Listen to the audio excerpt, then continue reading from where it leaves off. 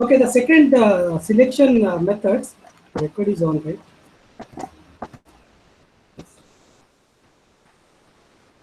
Yes, yes, we'll try to take MATLAB, otherwise I will extend the session, right?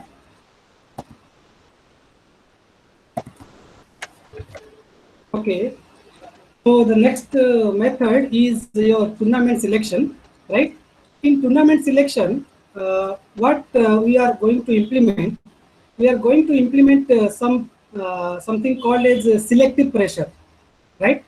Because you can see in the previous method, like you see root hill selection method, there is no selective pressure. That is a drawbacks of that method. Means one player is not feeling pressure of another player, right? Like whenever there is a cricket match, right? Two teams are playing a particular match, and there is a pressure among both the teams, right? Who will going to win the match? So the same concept is implemented in this particular selection mechanism, right? And a match will be played between two different players, right? And the player with highest fitness value is going to win that particular match, right? For example, you can see in this particular slide, I have written the same 8 chromosome, right? And their fitness value. Out of these 8 chromosome, you can see the highest fitness value is your population number 5, right? Means population 5, if played with anyone, the population number 5 is going to win the match, right? So what I have done, I have generated 2 random number, right? I am going to generate 8 pair of random number, because I told you in initial population it is 8, and in the new population, means after the selection process, it is also 8. So what I have to do, I have to generate 8 pair of random number, right? So let's say the first pair, while I'm generating the random number in between 1 to 8, it is coming as 2 and 4, right? And you know the fitness of 2 is 2.10, and fitness of 4 is your 4.01, right? This we have calculated in the previous slide, the same thing. Only thing is that in the previous slide it is in the column format, here it is in the row format. Don't be confused. So once you calculate the fitness of 5.2 and 5.4, that is player 2 and player 4, you know the highest fitness your player number 4. Okay, so there is a match between 2 and 4 is going to win that match. So 4's corresponding string is 00101000. So this string is selected in the process of selection, right? And this process you have to repeat it for how many times? 8 times. For example, in the second case, you have generated another 2 random number, and that random number is coming as, let's say, 3 and 8. 3 and 8. So 3's fitness, you know, 3.11. 8 fitness is called as a 4.55. So among 3 and 8, the best one is 4.55. That is population number 8. So population 8 is the winner and population 3 is the loser. Right? So we are discarding population 3 and we are taking population number 8. In the third case, we are doing with 1 and 3, and 3 population is fitness is better. So we are keeping 3, we are removing 1. Similarly, you have to do this one for 8 population. Okay, 3 population is already done. The rest 5 is I have written here. So let based upon their fitness value, 562 is selected because 562 has higher fitness value in comparison to 4, 1 and 1 respectively. So once you calculate this one, you can do the same process again, right? What you have to do, you can see in this case 4 is selected, 8 is selected here. So let me write here, first case 4 is the winner, second case 8 is the winner, third case again 4 is the winner, right? Fourth case 5 is the winner, this is your fourth case, fifth case, sixth case, seventh case, and this is your eighth case, right? So now you see population number of 1, how many times this population is win the match? No times, right? It is 0. Population number 2, how many times? It is only 1 time here, right? So I'm writing 1. Population number of 3, again 0. Population number of 4 is repeated, I think it is 3 times, right? Here it is 1, 4, here is again 4, here is again 4. And 5 is repeated 1 time, and 6 is repeated 1 time. 7 is not repeated, 7 is repeated, 7 lose all the matches, okay? If it is coming, if it is not coming, it has not given a chance. And 8 is repeated 1. So if you sum here 1 plus 3 plus 1 plus 1 plus 1, again you are getting 8. So I hope there is a mistake somewhere. 5, 6, 8. Yes, 8 is repeated twice. Sorry. So total number of samples you can see. So here also, after applying the selection method, you are going to get 8 samples. Sir. Yes, please tell me. Here for individuals, so in the previous slide, we can take any combination of individuals, 1 and 2. Yes, 1 yes, and it is completely random. It is completely random. Okay. So among these random, they are selected. We are taking the which population wins, the 3, 2 and 3, 3 and 4. So we can take any random values and such that we can. Yes, it purely depends upon your programming, right? Okay. You have to choose a random number, because while I am generating a random number, anything will come, but the range is 1 to 8 only. Because you have only 8 populations, right? Okay. Similar way, you can take the population like this, right? Once you know the differences, you can take which chromosome you have to repeat twice, and which chromosome you have to repeat 1 time, and which chromosome you have to skip, right? Third type of selection method is called as rank selection, right? So these two pictures, if you understand, then you will completely understand this concept. So the first one is called as your route hill. Second one is also called as route hill, right? This is the RW selection scheme, right? But there is a difference. What route hill selection says, you have to see the occurrences, right? Or you have to calculate the cumulative probability and generate a random number. Check the random number is coming in which range. Based upon that, you are going to occupy the space in the route hill, right? For example, let the fitness value of these 5, I have reduced to 5 population for the simplicity. So let their fitness is 0.02, 0.05, 0.08, 0.10, and 0.75, which is represented by this data is represented here. Means the population number of 5 is occupied 75% of the chart. So maximum chance that whenever we will rotate this wheel, the 5 will come, because it is having more probability, right? So what will happen?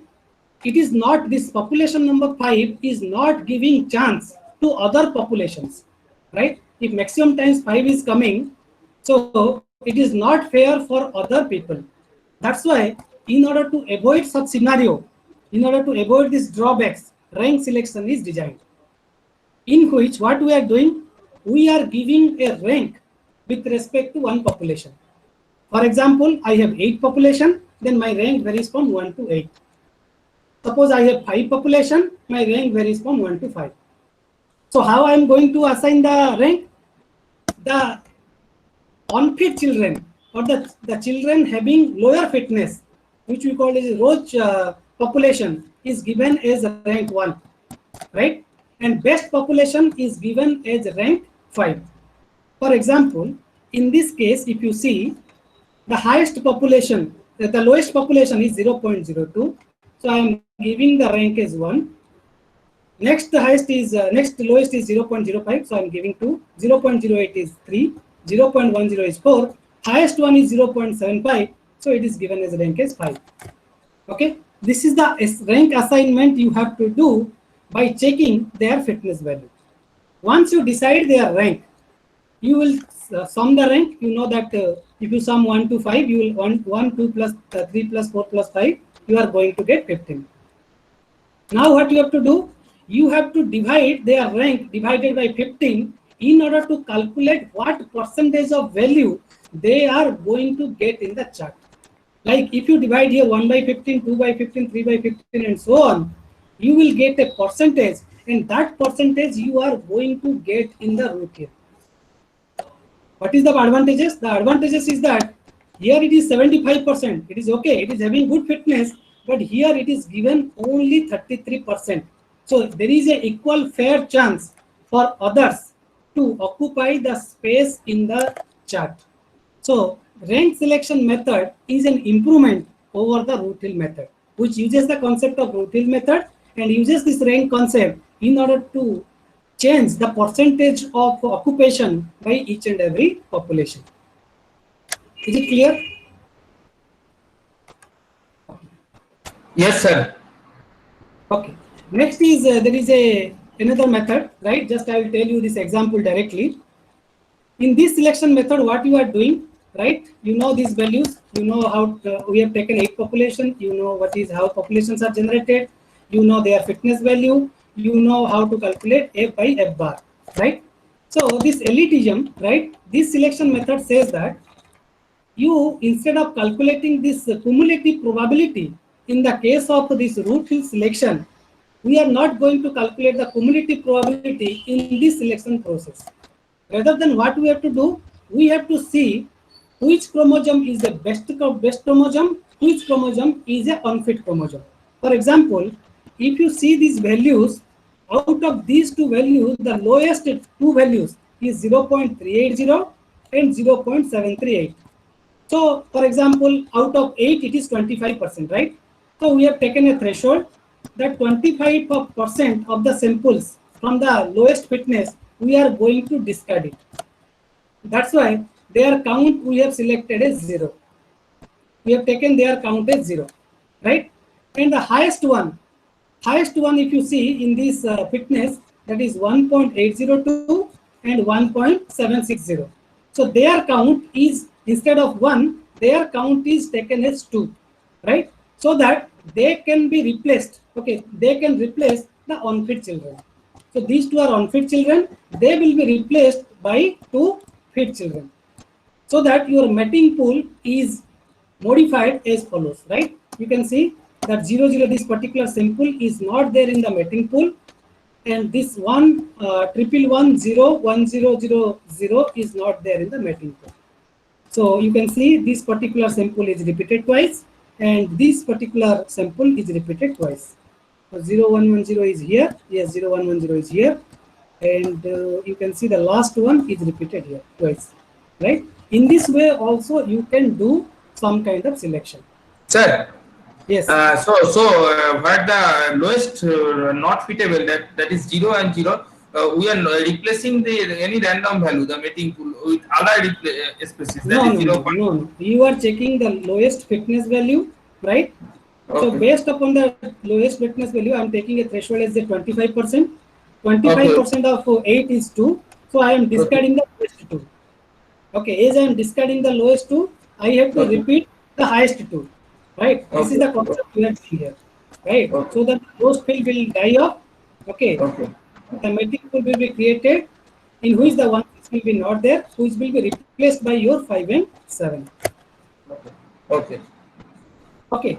So another type of mechanism is also there, which is called as your generation gap. In generation gap, what we are doing? We are taking the number of population. For example, I am taking the number of population is 8. Right? In the previous case, the number of population is NP, right? And P is the population size. P is the population size, that is 8, right? And sorry, it is correct only. Just tell me. P is nothing but your population that you are going to replace, and NP is nothing but your number of population, right? So in this case, if you see in the previous case, we have number of population is 8, right?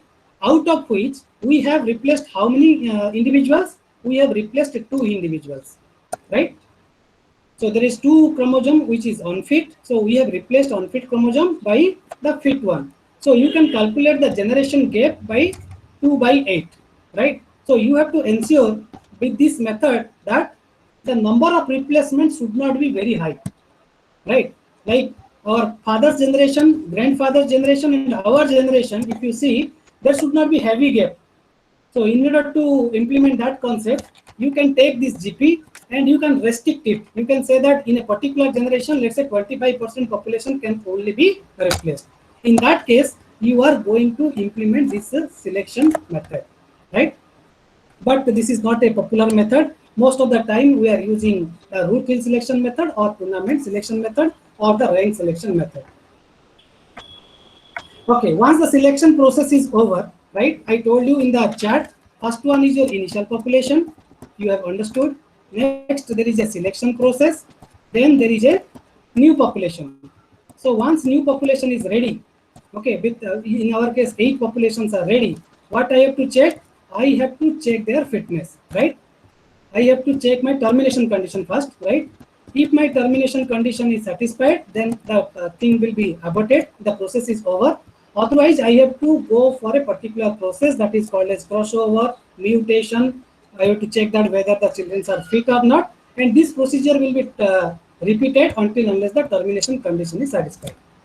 So in crossover, what we are doing, we are randomly choosing 2 different individuals or 2 different population, and we are choosing also a random cross site where we are going to swap the values. For example, you can see here there is a chromosome having the length of the string is 5, length of the second string is also 5. These 2 children, these 2 are the parent. A is a parent, B is a parent, which is selected from the mating pool. In our case, the mating pool is 8, right? So randomly, it is a different example. I have taken 2 random mating from the mating pool. Then I have to select a cross site. Let's say the cross site is 2. Cross site is 2 means after reading 2 string, right? 2 bit, you are going to do the crossover. So what I have to do? I have to produce 2 children. One is A star, another children is B star, where A star will take this part, that is 1 1 of the first parent, 0 0 0 of the second parent. Similarly, what B star will take? It will take the first part of the second parent and second part of your first parent. So the children is 1 1 0 0 0 and 0 0 1 1 1 respectively. So in crossover, what you have to do? You have to generate, you have to randomly pick 2 individuals, and you have to also pick a cross site point if it is a single point crossover, and in that point you are going to swap it, right? You have to take 1 1 from this side and 0 0 0 from this side, and 1 1 1 from this side and 0 0 from this side. Means it is 0 0 followed by 1 1 1. So you are getting 2 different children, right? Next, this crossover is not necessarily a single point crossover. So whatever we have seen, it is a single point crossover. Like if you see here, for example, in this example, the cross site point is 5. So after reading 5 bit, you are going to swap it, right? So I am taking this first part in children 1, and this second part of the second parent is a children 1. So you can see 1 0 1 1 1 and 0 0 1 is coming as a child 1, and the remaining part, that is the first part of parent 2, second part of parent 1 is called as your child 2. Because here in this case we are doing a single site. You have a crossover point, cross site point. In that point you are doing the swapping, right? You are exchanging in that particular point. So it will be decided random whether to choose the 3rd position, 4th position, 5th position. It will be decided randomly, and there is no specific position where you can do cross site where you will get a good solution, right? There is no such type of solution. You have to do these things randomly. Similarly, one person can go for 2-side crossover. In 2-side crossover, what you have to do? You have to choose 2 cross sites. For example, in this example, I have taken the cross site 1 as 3, second cross site is 6. So this is your first cross site and this is your second cross site. How you are going to produce your children? First part you have to take here, second part you have to take here, third part you have to take here, right? Similarly, first part you have to take here, okay, from the child 2, second part is from the first parent, third part is from the parent 2. So you are going to get this after the mating. Okay, so this is called as a 2-point crossover. Like that, you can go for 3-point crossover and more. Okay, but there is no specific answer that which crossover is best for a particular problem, right? Similarly, you can go for multi-point crossover. If you go for multi-point crossover, multi-point crossover is having 2 different cases. One case is called as your even number of cross site. Another one is called as your odd number of cross site. In even number of cross sites, you can see here in this diagram, one parent is look like this, another parent is this. So this is your before the crossover happened, right? There is some sample is having some property the parent 2 has. Let's say parent 1 is having different property, right? So if you want to do even point crossover, you can take this ring, and as the ring has the ring don't have any beginning or end, there is no specific beginning and end. What you have to do, you have to generate the children by following the uniform distribution, right? Or you have to generate the random number using uniform distribution. And if you see here, like I have selected this point as randomly, right? And I have given some sample here, right? Some property I have taken from the parent 2, right? Then some property from the parent 1. Then I have taken some property again from parent 2, then parent 1. And reverse in the case of child 2. That is called as even number of cross site. If you go for your odd number of cross site, the difference with your even number of cross site is in this cross site, cross point is always assumed at the string beginning. String's beginning is always be decided as your cross site. For example, it looks like same. In both cases it is same, but in the first case there is no beginning and end. You can start from any point of time. But in this case, you have to, the string beginning is always be assumed. So in this case also you will see the similar type of structure, but if you go for a different type of problem, odd number of sites is different from the even number of sites. So that crossover also you can do with respect to a particular problem. Similarly, you can go for uniform crossover. In uniform crossover, what you will do, you will toss a coin, right? If your coin is, let's say, head, right? Then you are going for a, let's say, crossover. If it is tail, you are not going for a crossover, right? Or you are not selecting a particular bit of a particular parent. Like you see here, in this case, what happened? In this case, if you see, here it is a probability is 0.5. They have given the probability is 0.5. Means if you see, if you have total number of, let's say, 10 samples, then the probability says that at the max you can do the crossover is 5. Not more than that, because your probability is 5. So let us assume that the parent 1, parent 2 before the string is mating is this one. So you can see here, the parent 1 is 1 here, the child 1 is 1, right? Similarly, parent 1 is having 0 here, so here it is also 0. But at this point of time, there is a uniform crossover. Uniform crossover means you have to do interchange here. You have to pick some random positions subjected to the probability of 0.5, and in that position you are going to flip that bit.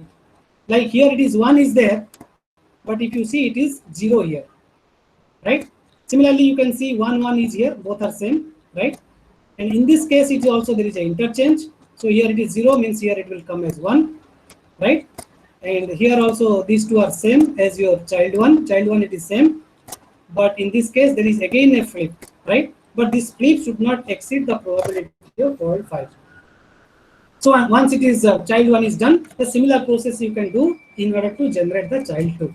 Right? So you can also apply uniform crossover in a particular problem. Sir. Yes, please. Please. The uniform crossover, you are saying that probability of 0.5. So the change in position is to be here 8. Here number of bits is 8. So change of position will be 4. But here no. The question says that you try to understand. It is not saying probability 0.5. Probability 0.5 means if you go for selection of the parent, the probability is 0.5. Whether parent 1 structure, the child 1 will follow or not, that is the probability 0.5. Okay. So similarly, uniform crossover is also available in another form where we are using a crossover mask. What this mask says, in addition to this parent 1 and parent 2 and children 1 we are going to produce, we are taking a crossover mask. So this crossover mask says that if the value is 1 in the crossover mask, then you are going to select parent 1. Okay. But if the crossover mask is 0, then you are going to copy the value from the second parent. See here, as the value is 1, I am copying whatever there in the parent 1, that is copied to the children 1. Here the value is 0, right? So I have to copy the properties of the second parent. Second parent, the properties is 1, so I am copying the property as 1 for the children 1. Similarly, you check randomly, right? For this case, the crossover mask is 1. So if the mask is 1, I have to go for the parent 1. So you can see, in this case, I am taking the property of parent 1. Child 1 is inheriting the property of parent 1. But if it is 0, then we are taking the property of the, sorry, this is not the parent 1, sorry, parent 2, this is the parent 2. That property will be given to the offspring 1, right? And this process is also repeated in vice versa manner. Vice versa manner means you have to do with parent 2 and parent 1, right? You have to say that whenever the crossover mask is 1, then you have to choose parent 2 for child 2, okay? And whenever the value is 0, then you have to choose parent 1 value for the offspring 2, okay? So this is the uniform crossover. Is there any doubt? Sir, in the previous slide, Yes. here the in the second position, the crossover position is 0, and so it is to be Crossover mask is 0. Crossover mask 0 means you will take the children 1 or the offspring 1 will inherit the property of parent 2, not parent 1. Okay. Okay, that is the concept we are using here. Okay. Okay, so it is not limited to a single dimensional one. You can go for multi-dimensional one, right? Like mathematics, many problems are there, which is represented in the form of matrix. So for that, you can take this. For example, before crossing the parent one is like this. Then after crossing, you can, if you do the matrix crossover, you are going to get in this manner. So this crossover is not limited to a 1D array. It may be extended to 2D array or 3D array respectively, right? Okay, so the last one I will tell about the crossover, that you have to decide the crossover rate, right? Crossover rate is decided as number of pairs to be crossed divided by the fixed population. For example, your population is, let's say, 30, right? Your fixed population is 30, right? Assume that in your new population you have 30. So how many times you have to do the crossover? How you will decide? This crossover range, you have to decide this crossover probability you have to take in between 0.5 to 1. For example, in a particular problem, I am taking 0.5. So 15 number of pairs to be crossed, right? As 50% of 30 is 15. So whenever you are going to simulate this genetic algorithm, you have to specify the crossover rate, right? And the range should be in between 0.5 to 1, but the ideal one is 0.5. Maximum people are taking 0.5 only, right? Sir, yes. Here we are taking the 0.5 for optimal. So we have no, 0.1 is generally taken by many researchers. I am not saying you take 0.5. You can take 0.5 to 1, right? 1 means one means all the samples will be crossover, right? Okay. Which will take more time, right? Okay, and so, if we take a value 0.5 less than 0.5, suppose 0.4, so then no, it is suggested that to take the crossover probability is 0.5 to 1. Okay. It is defined in the algorithm, right? Okay. So if you see here, the crossover probability is 50%, 0.5. Then if I am having 100 samples, then I can say 50 samples I have to do crossover. So apart from this crossover and mutation, there are some other operators are there. Quickly I will cover it. One concept is called as an inversion. In inversion, what you have to do, you have to choose two random sites. For example, two random sites is, let's say, 2 and 6 respectively. Okay, so this is your 2 and 6, and whatever bits are there, that bit you have to flip it. Flip means 1 should be replaced with 0 and 0 replaced with 1. So you can see here the 1s are replaced with 0 and 0 is replaced with 1. So in genetic algorithm also, instead of using crossover, people can also use inversion if it is applicable to their problem. It is purely problem specific which type of things you will implement, right? Second one is called deletion. In deletion, what happens? I can take a particular sample, I can delete some bits from that particular sample. For example, you can see I have taken a particular sample which is having 7 bits, right? And I have randomly deleted 2 positions, right? these two position I have deleted, right? And what I can replace? I can replace another 2 bit here. Means 10 is there. This 10 I can copy to here, right? So that is called as your duplication, deletion followed by duplication. Such type of things also you can apply. Next one is deletion and regeneration is also possible. So in previous case we are deleting and we are copying the strings and pasting here, right? But in this case what we are doing, we are deleting it completely and we are generating the string whether the value may be 0 or 1 randomly, right? So I will generate 4 bits randomly. So let the value is 1101 and I am going to replace it, right? So that is called as deletion and regeneration. Similarly, I can go for another operator that is called as your segregation. Segregation, I am selecting some part from parent 1, some part from parent 2. You can say it is also a type of crossover. And that part, okay, you can say the parent 1 part, whatever selected, that is given to the children 2. And parent 2, whatever part is there, that is given to the children 1. Okay, in this manner, you can do the segregation. It is also a special type of crossover. Okay? Sir? Yes. Sir? Sir, so segregation and crossover are basically two things. So why it gives the two different names? No. Here you are only relying. You are relying in a group of bits. Crossover, we are relying on a cross site, right? Okay. But if you see more or less, these things are same, right? Okay. Okay, sir. Okay. Okay. Another one is you can also apply the crossover and inversion also, right? Crossover followed by inversion. For example, you see this is my parent 1, right? And this is my parent 2, right? So I have selected 2 cross site. This is my cross site. This is another cross site. That is my cross site is 1 and 5 respectively. So at that position, I have to do crossover in order to generate children 1 and children 2, right? So what I have to take 0 followed by 1 1 0 0 followed by 0, which you can see here in this string.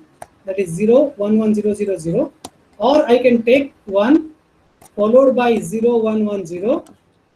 Okay, then this one, which is nothing but our children 2. So our crossover is over, but the concept is that crossover followed by inversion. So once the crossover is done in children 1 children 2, we are going for modified children 1 and modified children 2 by applying the inversion process.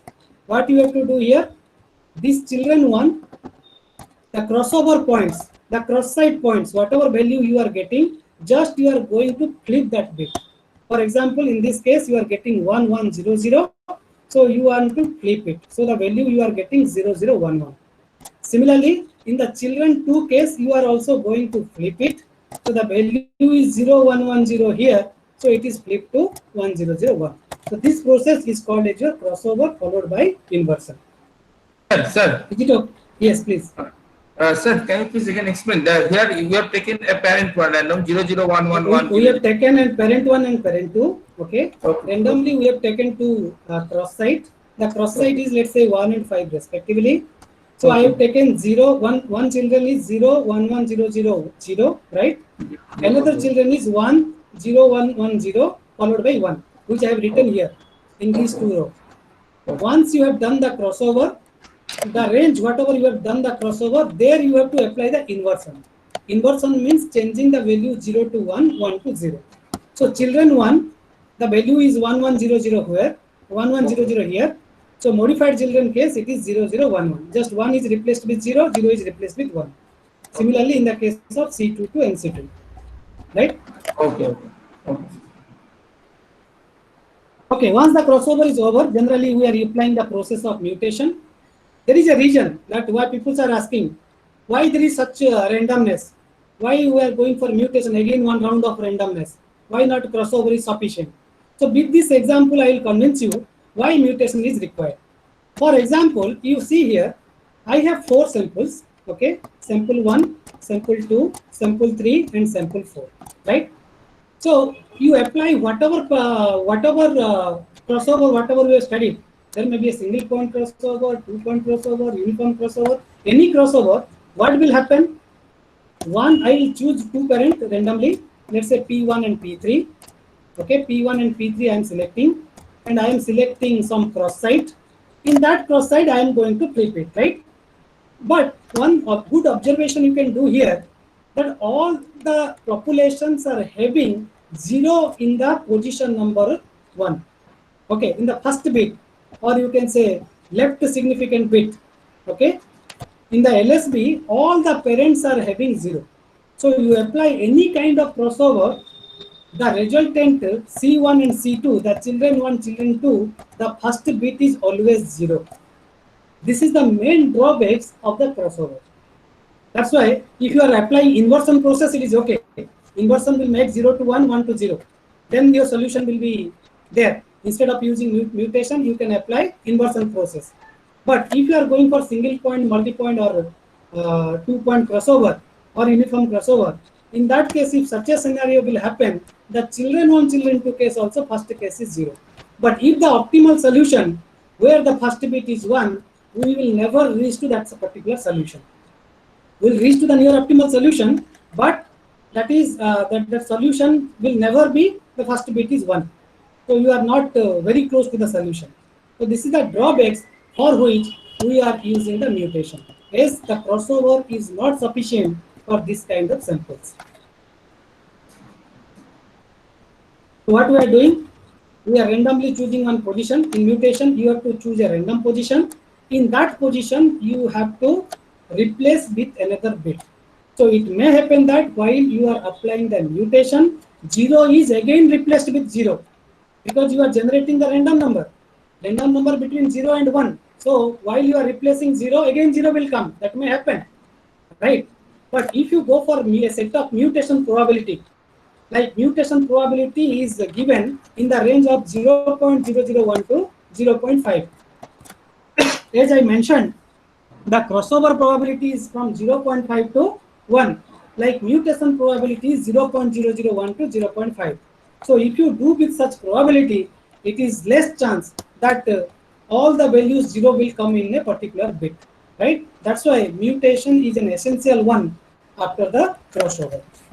And in fact, in this the real number case also, you can replace a number with another number, right? If you are dealing with the real number in which you are implementing your problem, you can also do mutation by replacing a number with another number, right? Okay, you can also apply the bitwise operator. In bitwise operator, what we are doing, there are 3 types of bitwise operator is there. You can apply one's complement. In one's complement, 0 is replaced with 1, 1 is replaced with 0, just like inversion.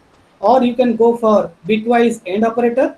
In bitwise AND operator, you know that if parent 1, parent 2 is there, in order to generate the child, okay, in order to generate the child, you have to do this bitwise AND operator. Bitwise means one with AND with another one. Okay, so you know whenever you are applying AND operator, one AND with 1 is always 1, and rest case it is 0. See here, parent 1 is 0 and parent 2 is 1, so that's why resultant is 0. 1 0 case it is also 0, 0 0 case is also 0. The only case it is 1, that is whenever parent 1 and parent 2 is 1, right? Similarly, you can apply the exclusive OR operator also. In exclusive operator case, 0 and 1, if parent 1 is 0 and parent 2 is 1, the resultant is 1. If parent 1 is 1 and parent 2 is 0, the resultant is 1. Rest case it is 0. Such logics also you can apply as a bitwise operator. Sir. Please, yes. Sir, here the arrow sign indicates what the 4 element this term. This is the decimal equivalent. This is the decimal equivalent. I have taken 2 variables, just like theta 1 and theta 2. Okay. So this is the decimal equivalent. You know how to convert binary to decimal, right? Okay. Similarly, you can go for bitwise OR operator. You know in OR operator case, if parent 1, parent 2 be 0, then only the output is 0, right? So in this case, it is 0. 0 0 case 0, and rest case it is 1, right? That also you can apply. You can also apply shift left and shift right operator. In shift left operator, what we are doing? Suppose I am shifting a particular parent by 2 digit. So this 1 will come here, this 0 will come here, 0 will come here, again 1 will come here, like that it will go on. This 0 will come here, and rest will be padded with 0, right? Or if you want to go for right shift of 2, then you can see, okay, in this case, 1 is coming here, 0 is coming here, 1 is coming here, 0 is coming here, 0 is coming here, 1 is coming here, and rest are filled with 0. So such type of operation you can apply onto the mating pool or to the population in order to generate new population. Okay, so here you can see, I will tell about the generation cycle. So here another fitness function is taken. It is a different problem in which the fitness function is taken as the number of 1. Okay, here the fitness function is same as your objective function, right? Okay, the objective function is taken as number of 1. Once objective function is determined, you can calculate the fitness as f is equal to f followed by f average, right? So you can see in this particular population, number of 1 is 3. So that is the number of 1 is 3 out of 10. So the fitness is calculated based upon the number of 1. That's why fitness of this sample is 0.3, right? Similarly, in this sample, the number of 1 is 6. So it is 6 by 10, the probability is 0.6. Like that, you can calculate the fitness of all the 4 samples. So once you determine this fitness value, what you can do? You can find the F bar. F bar is nothing but 0.6. That is nothing but 0.3, 0.6 plus 0.6 plus 0.9 divided by 4. So that you can calculate f is equal to f divided by f average for calculating the fitness function. So you will get this fitness, right? These are the fitness value. Again, the same method we are applying here. Out of this fitness value, if you see 0.5 is the lowest fitness, 1.6, okay, or 1. Yes, if you see the number of 1 case, okay, it is 0.9 divided by, yes. So this is 1.6, this is 1.0, the calculation is wrong. Okay, this is 0.6 by 0.6 is 1.0 and this is 1.5. So what we are doing, the lowest fit one we are removing, okay, and highest fit one, that is the 4th sample, is repeated twice, right? So in the final mating pool, you have these 3 population and another population is same as the 4th population, that is 7 ones followed by 0, 1, 1, 1, right? So that is the generation cycle with respect to the objective function. You can take different objective function in order to generate the this particular cycle. Sir.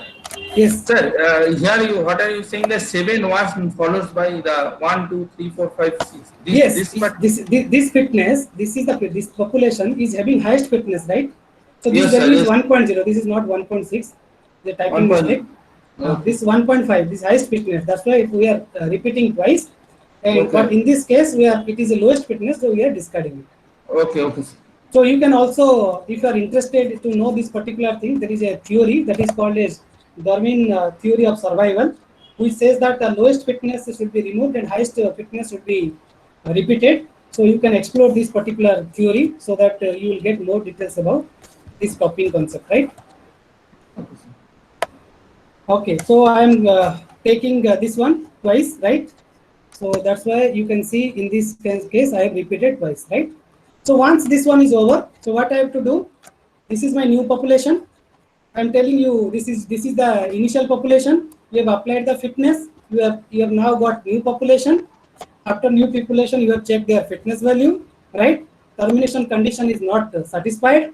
Then you are going to do the crossover, right? In crossover, what you have to do? I have 4 samples. Total number of samples what I have is 4. Let my probability is 0.5. That is my crossover probability. So it will say that you can do crossover with at max 2 population, right? Because it is 50%. So what I have done here, I have taken 2 samples, right? One is I have paired 1 with 4. Again I have paired with 2 with 3. So this first sample is paired with the 4th sample for crossover. Second is done with 3rd, right? As the crossover probability is 0.5, so what will happen? I have to take only two crossover instead of 2 crossover in a population of 4. Total population is 4, so I have to take maximum of 0.5 crossover probability. Sir, So sir, yes. how are you generating the 1 and 4 and 2 and 3? It can be 1 and No, 3 also. this is generated. This is generated randomly. Okay, This is okay, sir. generated randomly, right? Okay, and sir, Okay. the string are, it is 111. You are crossing over this one, the 1000 I and am 111. crossing one bit 4, right? Another bit 2 bit 3, right? Okay, sir. Okay, sir. Okay. But as the crossover probability is 0.5, what they are saying in this small example, they have taken 0.5. So they are saying only out of the crossover 1, 2, 1, 4, and 2, 3, you have to only take the 50% of the crossover. 50% of the samples you have to take the crossover. 50% of sample means there is a pair, right? So pair means 1, 4 is a single pair. So that crossover is only you will take. 2, 3 you have to skip, right? Because your crossover probability is 0.5. But if probability is 1.0, you have to take two different crossover, right? So in this case, if you see, this 2, 3 is remain intact. So this 2, 3 is same. Okay, but 1, 4 case we have to do the crossover. So in order to do the crossover, you have to choose one crossover concept. It may be 1-point crossover, 2-point crossover, or uniform crossover, or any crossover. So here we have taken 2-point crossover. So we have generated two different cross sides. Let the cross side is 1 and 5, right? So 1 and 5 means after 1, after the first bit you have to do the crossover, and after the bit 5, okay, after the 5 bit you have to do again the crossover, another cross side. So the samples what you will get among 1 and 4 is 1 followed by the 4 ones, sorry, this is here, 4 ones, then 5 ones, which is written here. 1 from the first sample, these 4 from the fourth sample, and these 5 from the first sample. On the other end, you can take first value from the last sample, and these 4 zeros from the first sample, and the rest bits from the fourth sample. So that you can do the crossover, right? Excuse me, Dr. Pamela. Yes, yes, ma'am. Yeah, this crossover probability. Yeah, can you please Yes. comment on? Is it better to have high crossover probabilities or low crossover probabilities? Madam, if you Let us see say, good, yes, yes, please. yeah. Let us say if I take 100%, yeah, probability, so that means I will be crossing all the available population members. So I'll come up with the Not necessary, madam, all the numbers, because it is random, right? It is yeah. random. So it may happen that Mhm. while you are generating the random number, one sample may not come, right? Okay. Suppose I will tell Yeah. you to generate two random numbers. One case it will come 1, 4, another case it will come 1, 2. So 3 is missing. So it may happen. 3 is missing. Okay. Until unless you are removing this random concept, you cannot assure that all the strings will be crossover. But only thing what we are learning here, the initial population sample is same as new population sample. Yeah, size is same, maintained same, Yes, right? yes. But is it good to have low probabilities or high probabilities? Because most of the times in electrical engineering problems, we will be taking this probability as 0.9, 0.93 like that. Madam, So as there are, 93%. yes, yes, yes. As there is so much randomness is there, you have to check with different crossover probability. So with a particular problem, Yeah, we cannot specify that what is the optimum crossover probability or what is the best crossover probability for a particular problem.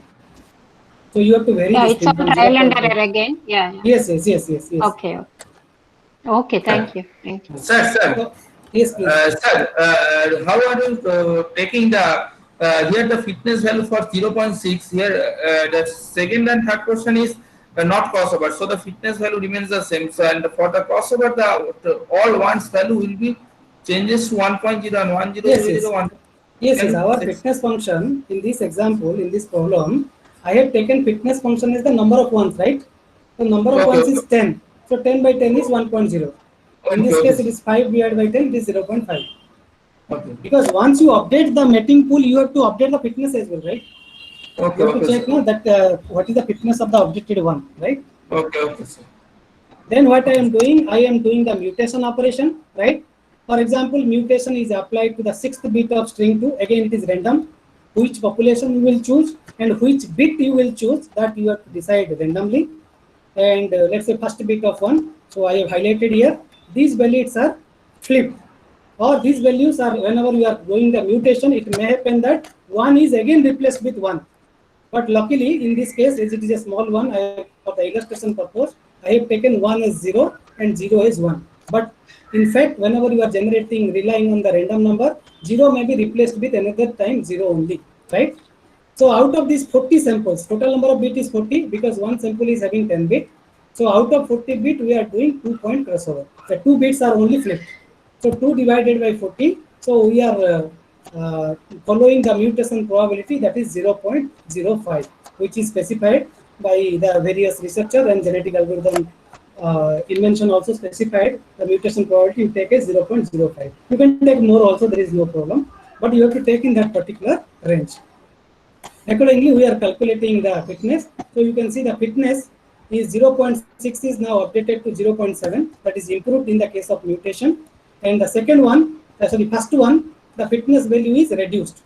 First is 1.0, but after doing the mutation, 0.9. So while you are checking the fitness of the parent with your modified children, you have to compare this fitness value in order to decide whether to keep parent 1 or to keep the modified children 1. So this is the complete picture, whatever we discussed, right? Sir. Yes, please. In a previous slide, we have seen that doing mutation not there is no the efficiency is not so much varied, because just 1.0 in the 0.9 fitness and 0.6 it will become 0.7 and rest are same. So doing mutation, Yes. there is no such. So why we use this kind of mutation? It No, can be. No, actually, you have taken two parent, right? Parent 1 and parent 2. You have Okay, done the okay, sir. crossover. You have done the crossover, and Okay, sir. you have to do the mutation in order to generate modified children 1 and modified children 2. So you Okay, have sir. now 4 chromosome: parent 1, parent 2, modified children 1, modified children 2. So Okay, out of these chromosome, you have to choose which two are the best. That you okay, want sir. to obtain mating pool, Okay, right? sir. Okay, sir. So it hardly matters whether the value is 0.6 or 0.7 or 1.0 or 0.9. Okay, so we have to choose any two better values, that is 0.9 or No, 0.7. So 0.9 is based upon 9 ones.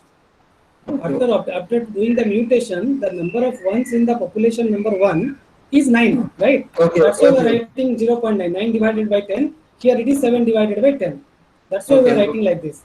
okay, sir. Okay. So this is the complete picture. You can go through this example also. So there is the time constraint is there. So I'm skipping this one. Repeat the point that Madam said, Madam raised. Which one, sir?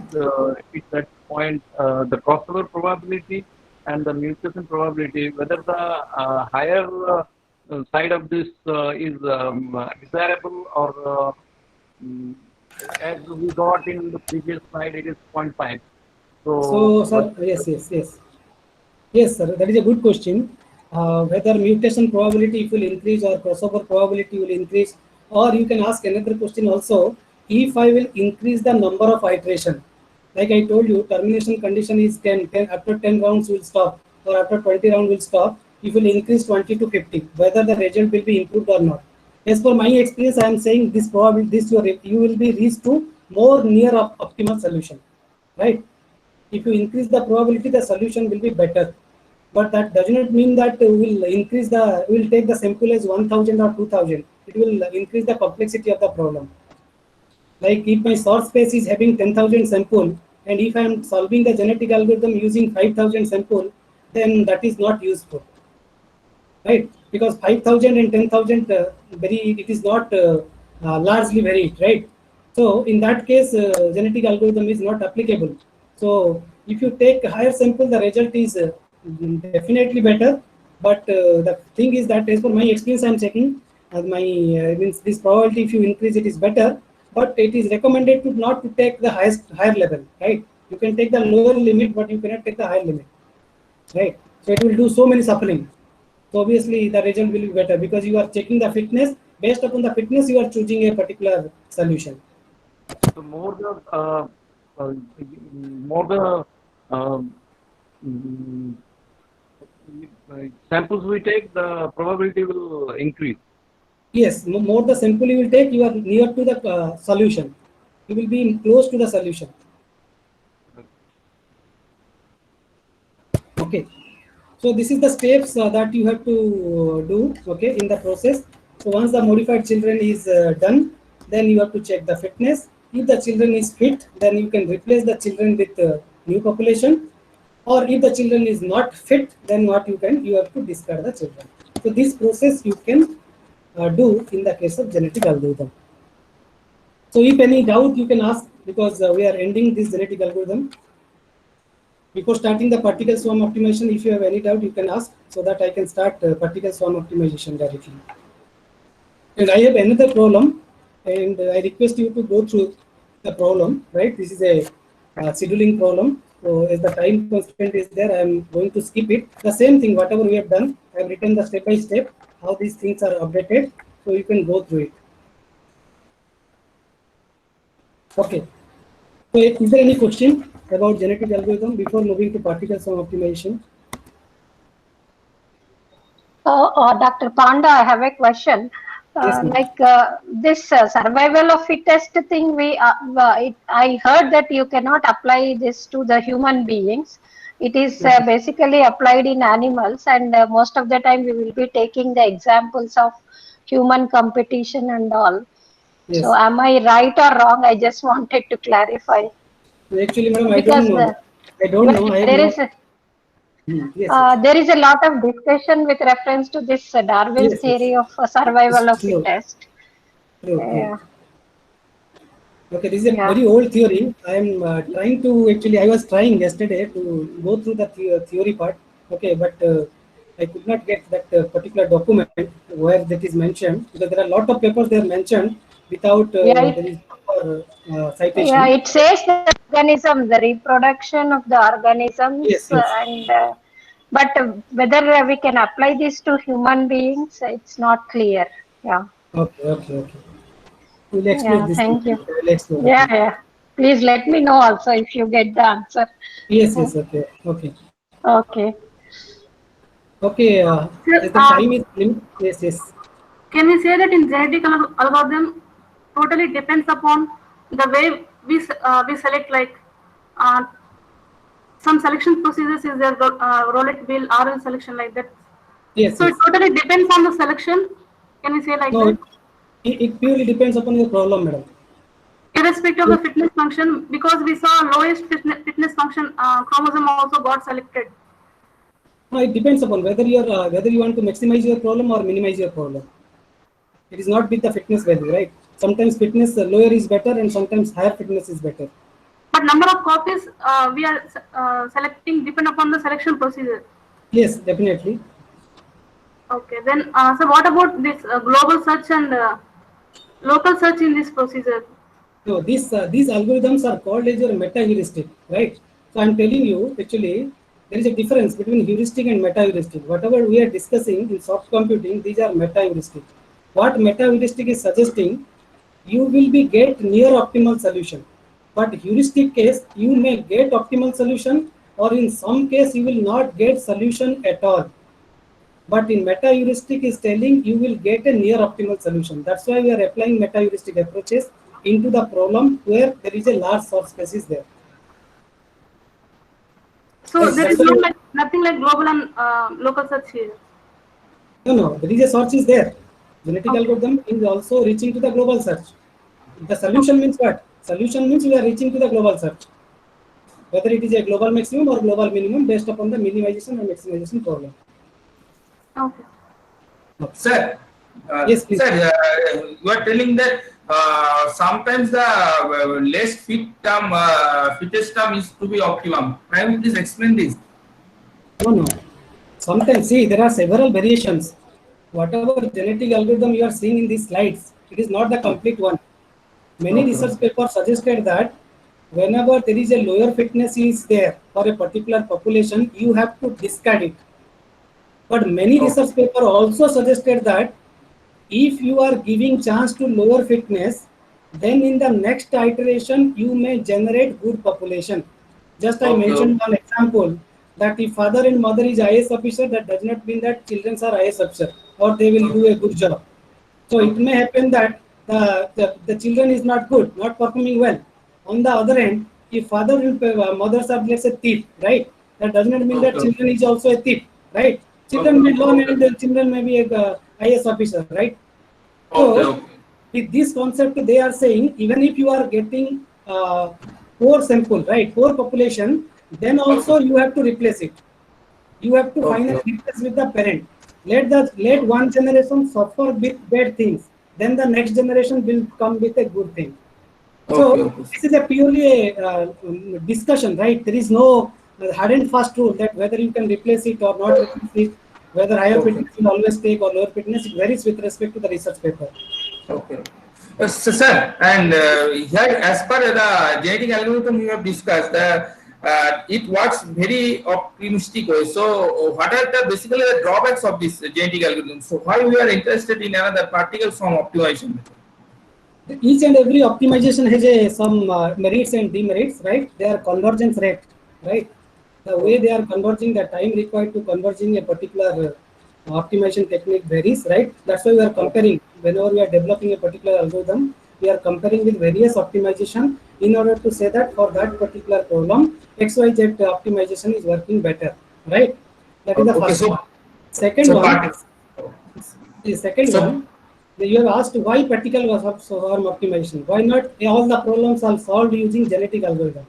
Because particle swarm optimization is best in the case if you have conflicting objective. Conflicting objective means like computer science something called time complexity and space complexity, right? okay, If you want to minimize the time, the space is going to increase. If you okay, want to minimize the space, time is going to increment. Time is okay, going to increase, right? So there should be a okay, trade-off between the time and space. okay, Any two parameter, you have to do the trade-off. For example, okay, if you have to travel through a air communication, right? Then the okay, cost is more, time is less. okay, But okay, if you are going for train communication, rail communication, then okay, the time is more but cost is less. So what you have to okay. do? You have to do something trade-off. So when there Trade-off, is yes. conflicting objective is there, their Okay, PSO performs better than the genetic algorithm, okay, okay, okay, right? okay, So there okay, is lot of difference between genetic algorithm and PSO because okay, genetic algorithm is a very old one. PSO is developed after that by considering the particles behavior that we are going to discuss, right? okay, okay, sir.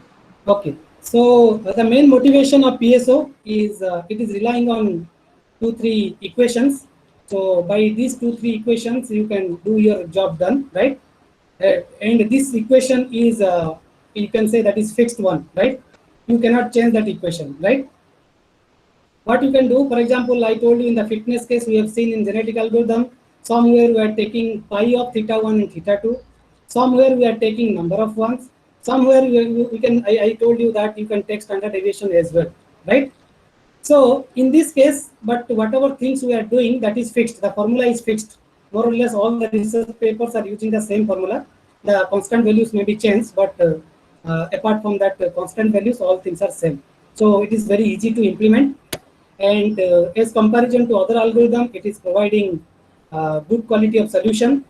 And the convergence rate in comparison to genetic algorithm, PSO is a faster convergence rate. So you may get your solution in a faster way. So it was developed in the year of 1995 by Kennedy and Everhart, right? It is based upon the natural life, that is the particles, based upon their particles, how they are moving and how they are finding the food source. We are the algorithm is developed, particle swarm optimization based upon this swarm of particles, right? Again, I told you previously also I told you, here also I am telling you that each chromosome is providing a complete solution. Whether it is a chromosome 1 or chromosome 8, it is giving a complete solution. Like that, here the chromosome word is replaced by particle. So each particle gives a complete solution. Whether it is a particle number 1 or particle number 2 or particle number n, they are giving a complete solution. So, as a part of this workshop title, it is an emerging application. I want to illustrate this particle swarm optimization in the field of wireless sensor network. Somebody also asked to Dr. Saha that about whether these things can be applied in the field of mobile adapt network. That you can see in this case, I am applying to wireless sensor network. You can also apply to the field of mobile adapt network or any other network. So what happened in this case, a particle pi, right? We have NP number of particles. So our population is NP. Like in previous case, we have taken population is 8. So here I have taken the population as we'll decide what is the population we'll take. So that is the variable we are taking NP, and they are represented by pi. The P1 is the first particle, P2 second particle, P and P is the last particle. And if you represent a particular pi, pi can be represented in the form of a d-dimensional vector. So you can see this is a 1 dimension, D, 2 dimension, 3 dimension. Like that, you have dth dimension, right? So xi1, xi2, xi3. For example, particle P1 case, it is x11, right?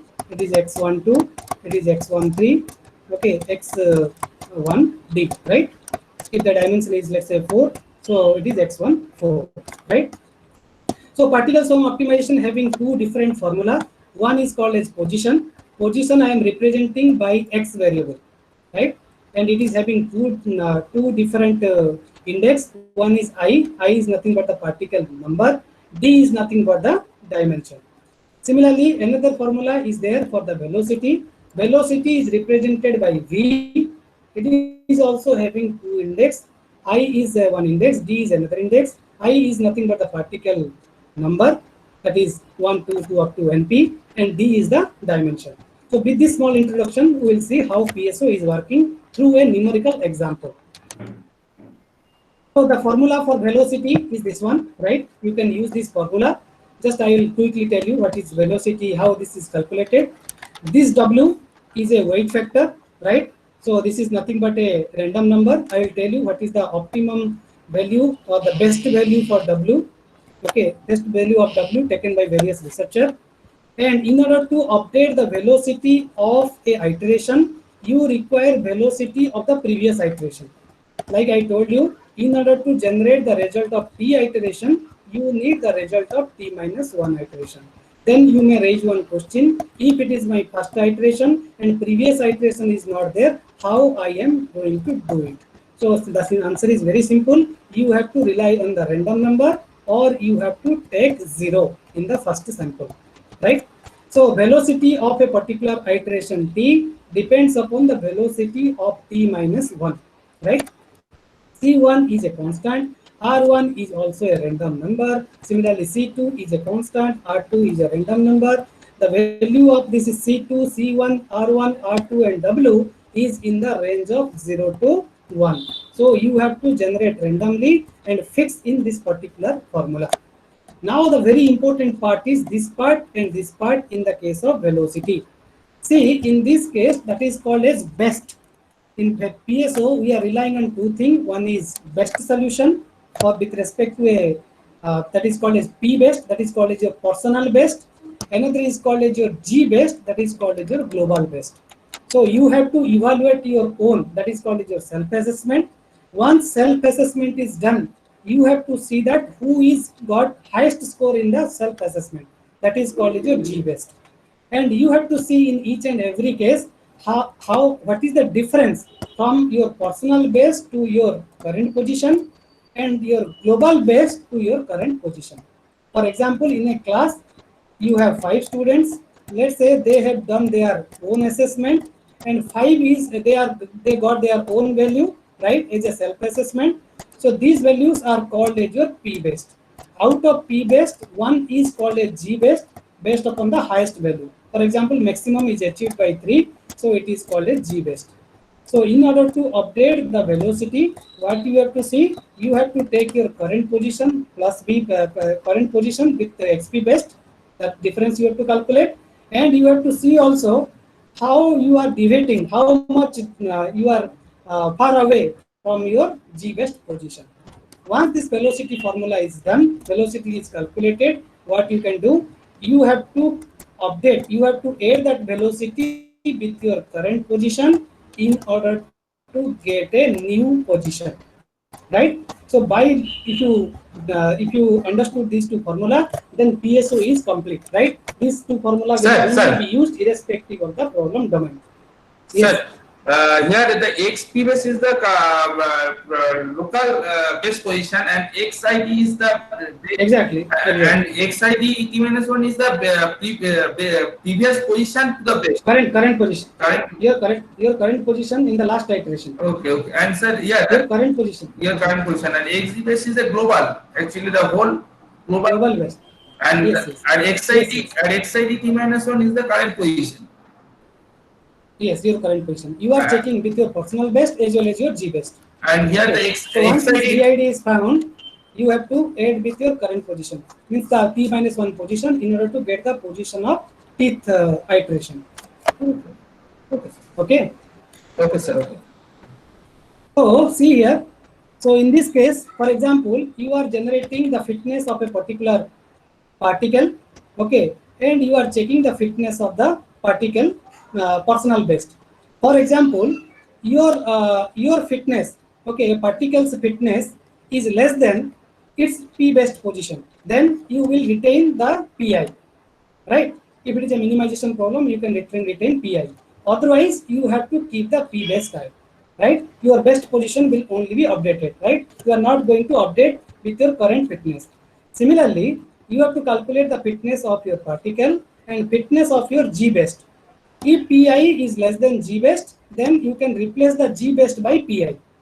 Okay, because pi is better one, the minimization one, right? If not, then you will retain that G best. So by using two formula, you can update your p best I and G best. Sir, if the value is equal, then also I have to replace the p best. If p equal case, if you replace also, you will get same thing, right? Okay. Okay. So this is a wireless sensor network model, right? Just I will tell 2 minutes that what this model indicates. So there is a set of sensor nodes are deployed in a particular field, or you can say in a particular area. We have deployed various sensor nodes. So this star mark indicates the sensor nodes. They are randomly deployed, right? They are not deployed in a fixed manner. They are randomly deployed, and also the gateways. Gateway is a, you can say it may be a sensor node, right? Powerful sensor node, or it may be a it is collecting the information from the sensor node is also deployed. The idea is whatever there in a particular field that will be given by that will be sensed by the sensor node. The sensor node need to send the data to the gateway, and gateway need to communicate with other gateway in order to reach to a base station, right? Base station or to a particular server where the data analysis will be done, right? So as you can see here, as we have deployed the sensor node randomly, so one sensor node should be mapped to a single gateway. It should not be mapped to two gateway. If it will map to two gateway, then there is a data duplication may happen. Also, it will create the problem with respect to the battery life of a particular sensor node. So what happened? You can see these 4 sensor nodes, right? Let's say 1, 2, 3 sensor nodes are connected to a particular gateway G1. But G1 is not directly connected to this base station, because the communication range of this particular base station and the communication range of G1 is not overlapped. But the communication range of these two gateways is coming under, these two gateways are coming under the base stations, right? So what happened? This gateway need to transfer the data to one of these gateway in order to reach the data to the particular base station, right? You have to do that one. So that is called as a routing problem. Routing means you are collecting the data from your field and you are sending the data to a particular destination.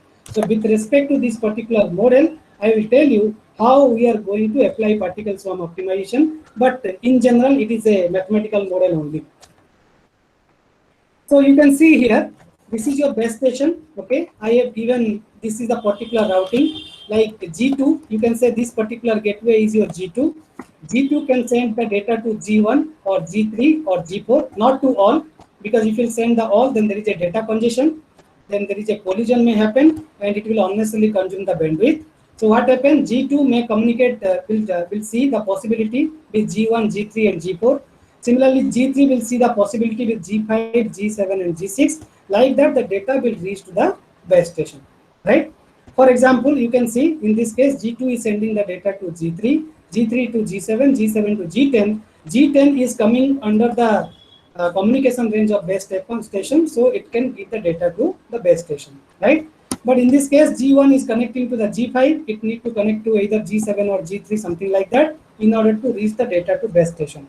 So if there is a disconnection like this, then you may face a problem, because G1 data will be come to G5, but it will not reach to the base station, right? So you have to ensure that there is a path exists from one gateway to the base station. There is at least one path exists from a gateway to the base station. So here there is an objective. Objective of routing is you have to minimize the maximum distance. If there is a maximum distance is there, that you have to try to avoid it, because maximum distance will consume the energy. Second one is you have to minimize the maximum hop count. Hop count means you can say G1 to G3, there is a hop count, G3 to G7 hop count, G7 to G10 is another hop count, G10 to base station is another hop count. See, this minimum, this hop count need to be minimum as minimum as possible, right? So these two are the objectives. It varies with respect to the problem. So these objectives are for this routing problem. We are not dealing with this objective in the rest of the slide, so no need to worry. So see here, what we are doing now. We have 10 gateways. Total number of gateways is 10, right? Let me represent the gateway by G1 to G10, just like in this figure, right? So I will take a initial particles, right? I will take a group of particles and I will initialize these particles. So by using these particles, I want to I want to update their velocity and position in order to reach to a near optimal solution. That is our objective. So let us assume that the first particle Pi is nothing but 0.38 to 0.13 as seen in this particular slide. So what it indicates? 1, 2, 3, 4. If you see, the size of this string is 10.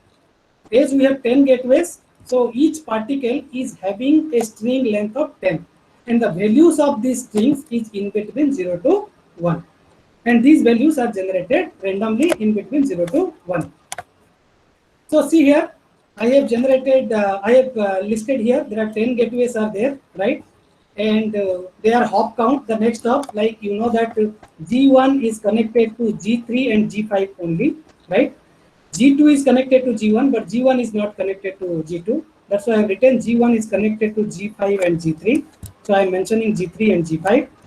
Similarly, G2 is connected to G1, G3, G1, G3, G4. So it is written as G1, G3, G4.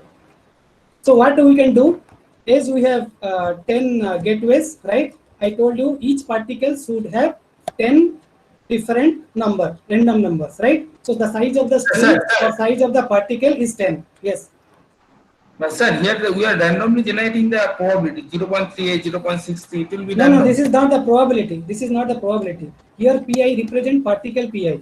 This is not the probability. Okay. If you take probability, the sum of all probability is 1, right? But in this case, the sum of probability is not 1. These are random numbers. Some random numbers. So once you determine this random number, right, and once you decide who is your next hop, who is the possible next hop, so you can see G9 case, it is connected to G10, it is connected to base station.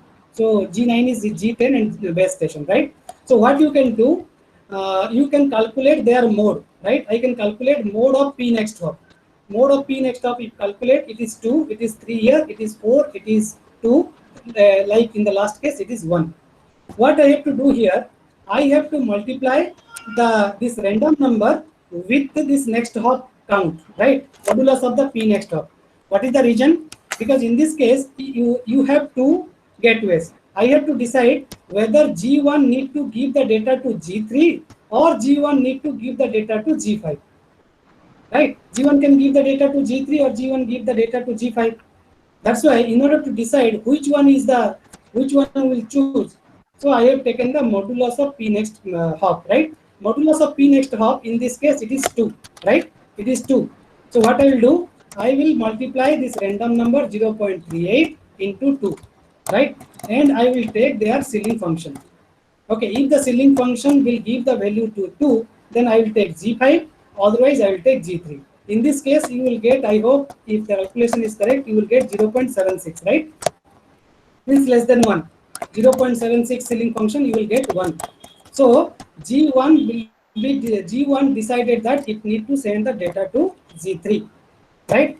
Similarly, in the G2 case, the hop count is 3. So what I will do, I will multiply 0.63, the second random number, multiplied by 3, right?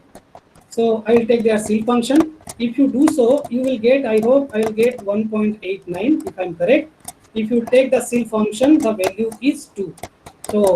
So here we are going to choose the second gateway. Second gateway is G3. So you can see finally we have selected G3 is the gateway, next gateway where G1 needs to send the data to then G3 in order to reach the data to a particular destination. Like that, G1 will send the data to G3, then G3 will choose the data to G7. As you can see, once you fill this table, G3 will send the data to G7, G7 is sending the data to G10, G10 is sending the data to base station. So you are getting a particular path from a particular gateway to a base station.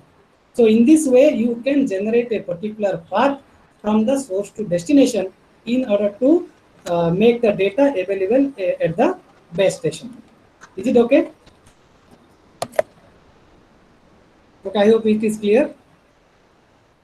Sir, So once it is, sir, yes.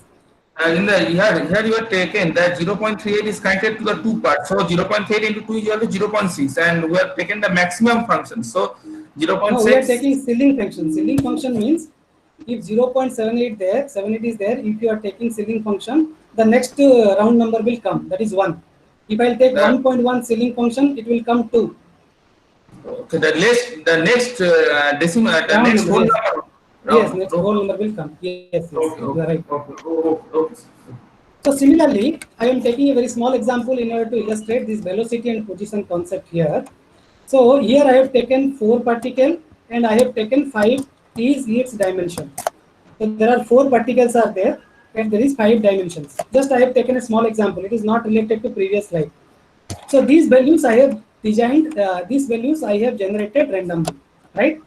Each particle is giving you a complete solution. Like each chromosome is giving a complete solution. Each particle is giving a complete solution. Then what I have done, here I have applied a particular fitness function. I told you velocity position function is same, but fitness function you can take differently, right? So what I will do in this case, so suppose I have applied some fitness function. Here I am not going to specify what fitness function I am using. After evaluating this fitness function, I am getting 0.36. So 0.36 is nothing but the P best of P1. That is the personal best. Similarly for P2, 0.78 is its personal best. P3 case, 0.12 is the personal best. 0.49 is the personal best for P4. Right? But out of these samples, if there is a minimum one is better. So out of these one, which one is minimum? The P3 is minimum. So P3 is holding the G best. Right? P3 is holding its own P best. Also, it is holding the G best among these 4 populations.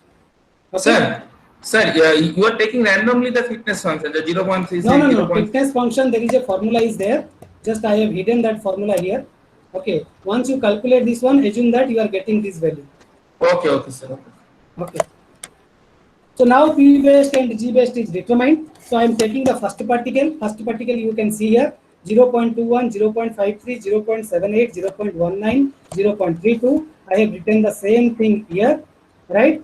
And now I want to apply the velocity function and position function, right?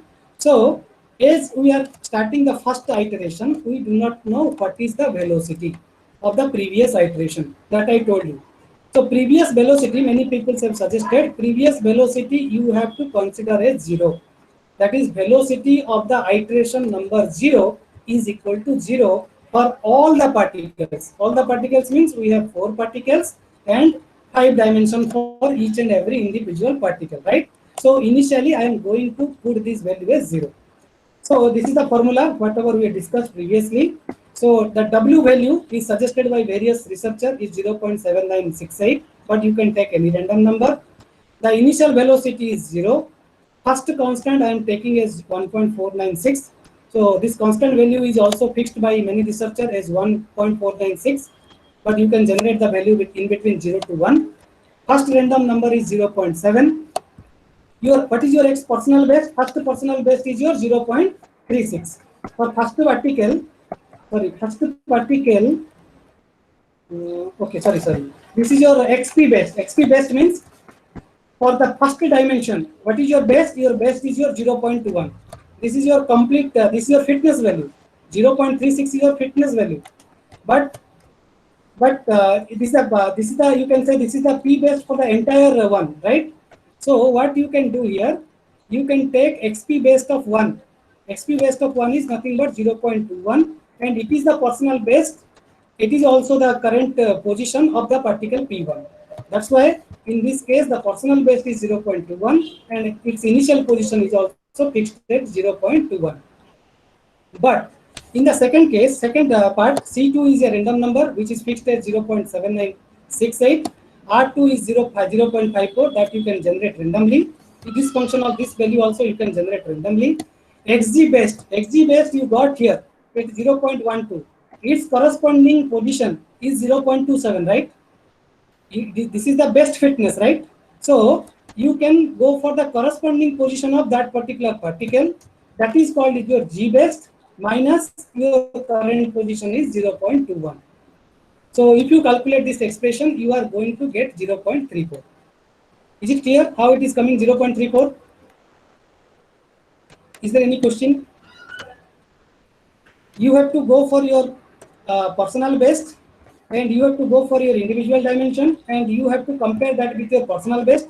Personal best, you are not looking for others. That's why it is 0.21 minus 0.21. But G best you are comparing, so it is 0.27 minus 0.21. Right? So if you calculate, you are going to get value 0.34. Right? Once you calculate this velocity, right, you can also calculate the velocity for first particle, second dimension, first particle, third dimension, fourth dimension, fifth dimension. So you are going to get this particular value. Once you calculate, Sir. Yes. In the XG based, it is 0.12. You are doing 0.21. XG based one, XG based one. No, G base. This is the fitness value you are getting for this particular sample. You are getting this is the best one, but this sample you will take as a G best. So its corresponding position, the value is 0.27. 0.27. Yes, that's why I am taking 0.27. Okay. Then minus. Okay. For the second sample, you have to take 0.58 with 0.53. Okay. Oh, okay. Once you determine the velocity, I am going to my initial position is 0.21. You know. And velocity I have calculated as 0.34. So what I am doing 0.21 plus 0.34. So I am getting my updated, yes, sir. Updated my position as 0.55 as I am updating that particular particle. Yes, sir. Please tell me. Once go to previous slide. Yes. Previous. Yes. How you got this xi1, xi2, xi3 values, sir? Sir, with respect to one particle, I have taken each one is a vector of 5 values. Okay, you are asking 0.36, right? No, how you got this 0.21, 0.53? Like these are generated randomly, sir, in between 0 to 1. Oh, okay. Because initial things you have to generate randomly, then you have to update these values. Okay. So what I told here that once you calculate the velocity, that velocity you have to add with your initial one, right? That is the random number, so that you will get your updated position. The updated position of the particle one is this one. But one interesting things you can see here, while you are adding these values, it may happen that your value is crossing 1 or it is coming below 0. So in this case, what you are going to do, if your value is exceeding 1.0, then forcefully you have to select your position as x11 is equal to 0.99. That is the highest number, right? Highest 3 decimal after decimal point 3 decimal number. So that value you have to fix as the initial position, right?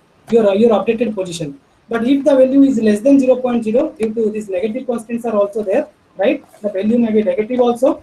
So what you can do, you can select the value your updated position as 0.001. So in this manner, you can update the particle's velocity and position. And this iteration, you have to iterate for 20 times or 30 times, or based upon some predefined condition, so that you will reach to a final, a near optimal solution. Is it clear? PSO is clear? Yes, sir. Sir, while calculating Okay. this for wireless sensor network, the second column Okay, yes, is what we got, X, I, IJ or something. That is also random numbers we got in the second column. This one is completely random, right? The So I am previous taking to the this first slide. particle here. Yes, yes, sir. Previous to this slide. So This wireless one? sensor network. There was This one, sir. This one.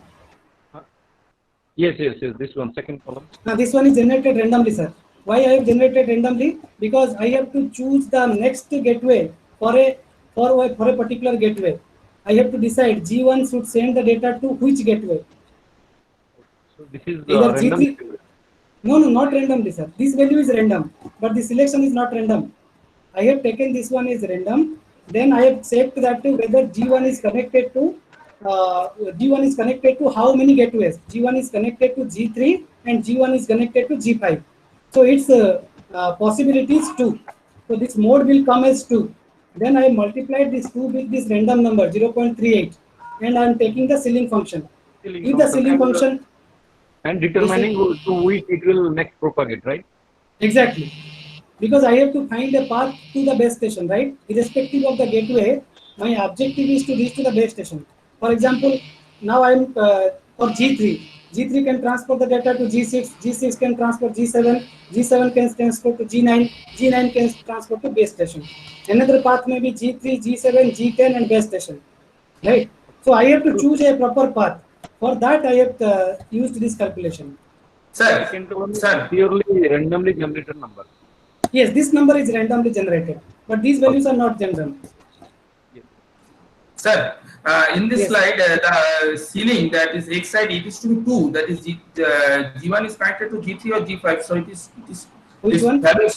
The gateway is G1 column, the ceiling that X side. Yes, this is 0.38 is a random number.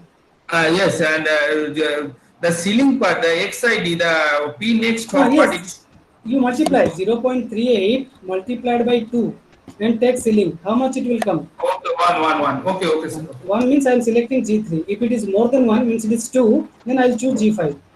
Then I will transfer the data G1 to G5, not to G3. Okay. Any other doubt?